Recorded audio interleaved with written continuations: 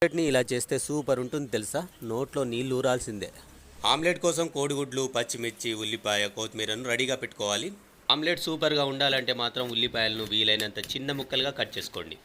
మిర్చిని కూడా మధ్యలోకి కట్ చేసుకొని చిన్న చిన్న ముక్కలుగా కట్ చేసుకోవాలి. కట్ చేసిన పచ్చిమిర్చి, ఉల్లిపాయ ముక్కలను ఒక మిక్సింగ్ బౌల్లో తీసుకోండి. కొంచెమంత కొత్తిమీరను వేసుకోండి. ఒక పావు టీ స్పూన్ పసుపు, హాఫ్ టీ స్పూన్ కారం, రుచికి సరిపడా ఉప్పు, అంత మిరియాల పొడిని వేసుకోండి. ఇప్పుడు ఇందులో ఒక 3 లేదా 4 కోడిగుడ్లను పలగొట్టి వేసుకోండి. వీటన్నిటిని కూడా ఒకసారి బాగా కలుపుకోవాలి. ఒక 2 నిమిషాల పాటు కలుపుకోండి. ఇప్పుడు ఒక రోటీ ప్యాన్ పైన 2 టేబుల్ టీ స్పూన్ల ఆయిల్ తీసుకొని వేడి చేసుకోవాలి. ఆయిల్ వేడైన తర్వాత మనం కలిపెట్టుకున్న ఎగ్ మిక్చర్ని ఈ ప్యాన్ మధ్యలో పోసుకోవాలి. స్పూన్తో కానీ సరాతంతో కానీ ఆమ్లెట్ రౌండ్ షేప్లో వచ్చే విధంగా సెట్ చేసుకోవాలి. స్టవ్ని మీడియం ఫ్లేమ్లో ఉంచి ఒక 2 నిమిషాల పాటు కుక్ చేసుకోవాలి. ఇప్పుడు ఆమ్లెట్ని టర్న్ చేసుకొని 1 నిమిషం పాటు కుక్ చేసుకుంటే సరిపోతుంది. అంతేనండి, మన సూపర్ టేస్టీ ఆమ్లెట్ రెడీ.